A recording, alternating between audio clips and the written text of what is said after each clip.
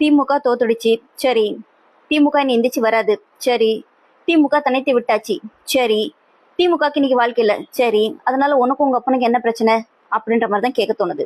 ரெண்டாவது, மாற்று கட்சி, அது காங்கிரஸா இருக்கட்டும், வேற சோ எந்த எந்த குப்பை கட்சியா இருக்கட்டும், திமுக காரங்க என்னைக்குமே அந்த தலைவர்களை எப்பவுமே பேசுனது கிடையாது, தப்பா வார்த்தைகள் பேசுனதே கிடையாது. இது ராஜீவ்காந்தியா இருக்கட்டும், இல்ல சோனியா காந்தியா இருக்கட்டும், இல்ல கார்கேயா இருக்கட்டும், காங்கிரஸ்ல இருந்து எந்த தலைவர்களையும் தப்பா பேசுறதில்ல. ஆனா இந்த காங்கிரஸ் காரணங்க திமுக உள்ள இறந்து போன தலைவர்களை அவதூறா பேசுறதா இருக்கட்டும், இப்ப இருக்கக்கூடிய தலைவர்களை அவதூறா பேசுறதா இருக்கட்டும், நீங்க ஒண்ணு கூட்டணி சேர்ந்திருக்கவே கூடாது.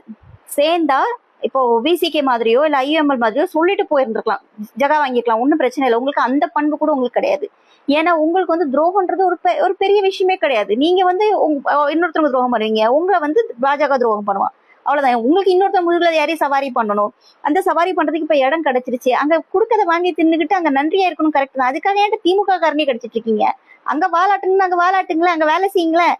உங்களுக்கு தான் 2 ராஜ்யசபா கிடைச்சிருக்குல்ல, திமுகவோட இருந்து ஒரு ராஜ்யசபா கிடைச்சிச்சு, இப்ப தாவேக்கோட போய் ராஜ்யசபா கிடைச்சிருக்கு, அங்க வேலை செய்யுங்களாண்டே, உங்க கட்சியை வளர்க்கறதுக்கு பாருங்களேன். திமுக படுதொலை அடிச்சுன்னா அதனால உங்களுக்கு என்ன பிரச்சனை வந்துச்சு? திமுக தலைவர்களை குறை சொல்றது, திமுக இறந்து போன தலைவர் கலைஞர் அவர்களை தப்பா பேசுறது, அசிங்கமா பேசுறது. நீங்க அசிங்கமா பேசினா நாங்களும் அசிங்கமா பதிவு பண்ணதான் செய்வோம். ஓடுகாலின்னு சொல்லுவோம், ஆமா சொல்லுவோம். துரோகின்னு சொல்லுவோம், ஆமா சொல்லுவோம். நீங்க பேசாத வார்த்தையா? நீங்க கலைஞரை பேசாத வார்த்தையா? இன்னைக்கு ஒரு நாய், காங்கிரஸோட ஒரு நாய் ஒண்ணு போட்டிருக்கோம், மெரினா பீச்சே வந்து கூவ மாட்டான். ஒருத்தன் வந்து ஏர்போர்ட்ல இருந்து சிந்திச்சானாமா, அவன் வந்து இப்போ கடற்கரையே நாசமாக்கிட்டாங்களேன்னு சொல்லிட்டு சிந்திச்சானாமா. அதுக்கு ஒரு நாய், ஒரு காங்கிரஸ்காரன் இன்னொரு நாய் வந்து போடுது, கூவத்துல கரைச்சிருக்கணும் இவங்களை எல்லாம். உங்க அப்பனே ஆத்தாலையும் போய் கூவத்துல கரைங்கடா, எவன் வந்து கேள்வி கேட்க வர போறான்? எவன் கேள்வி கேட்க வர போறான்? உங்க அப்பனே ஆத்தாலையும் கரைங்க. இல்ல இப்ப நீ காங்கிரஸ் தலைவர்கள் நிறைய பேர் இருக்காங்க, அவங்க எல்லாம் செத்தாங்கன்னா கூவத்திலயோ இல்ல இதோட மோசமான ஏதாச்சும் கட்டர் இருந்தா அந்த கட்டர்ல கொண்டு போய் கரைச்சிருங்க, ஒன்னும் பிரச்சனை கிடையாது. எங்களுடைய தலைவர்களை நீ கேட்டேன்னா நாங்க அதுக்கு பதில் சொல்லதான் செய்வோம். நீ தப்பா பேசினா நாங்களும் தப்பா பேசதான் செய்வோம். அரசியலா பாருங்க. ரெண்டாவது, எக்ஸாமா இருக்கட்டும், தேர்தலா இருக்கட்டும், தோல்வியை சந்திக்காத மனுஷனே கிடையாது, தோல்வியை சந்திக்காத எந்த கட்சியும் கிடையாது. இன்னும் 30 வருஷத்துக்கு விஜய் தான். 30 நாளைக்கு நீங்களாம் முதல்ல உயிரோடி இருக்கணும்டா. அதுவே இயற்கை கையில தான் இருக்கு. இயற்கையே இறைவனும் முதல்ல உயிரோடி இருக்கணும். அதுக்கு முன்னாடி இந்த ஆட்டெல்லாம் ஆடாதீங்க, நாசமா போவீங்க, மண்ணாங்கட்டிங்களா. முதல்ல அரசியலா பார்க்க பாருங்கடா, பரதேசி நாயங்களா.